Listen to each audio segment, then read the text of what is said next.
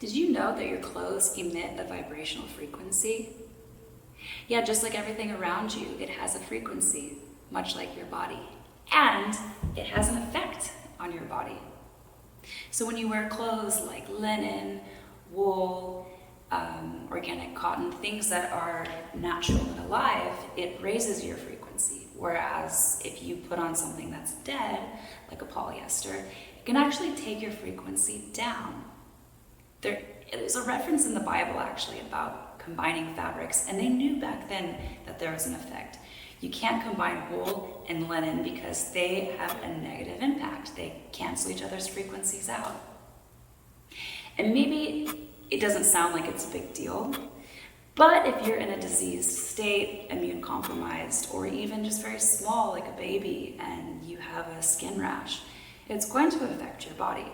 It's called the allostatic load. You can learn about this and a ton of other crazy facts about fabrics in my upcoming book, ReFashion Workshop. It comes out next year on April Fool's, and it's available to pre-order right now.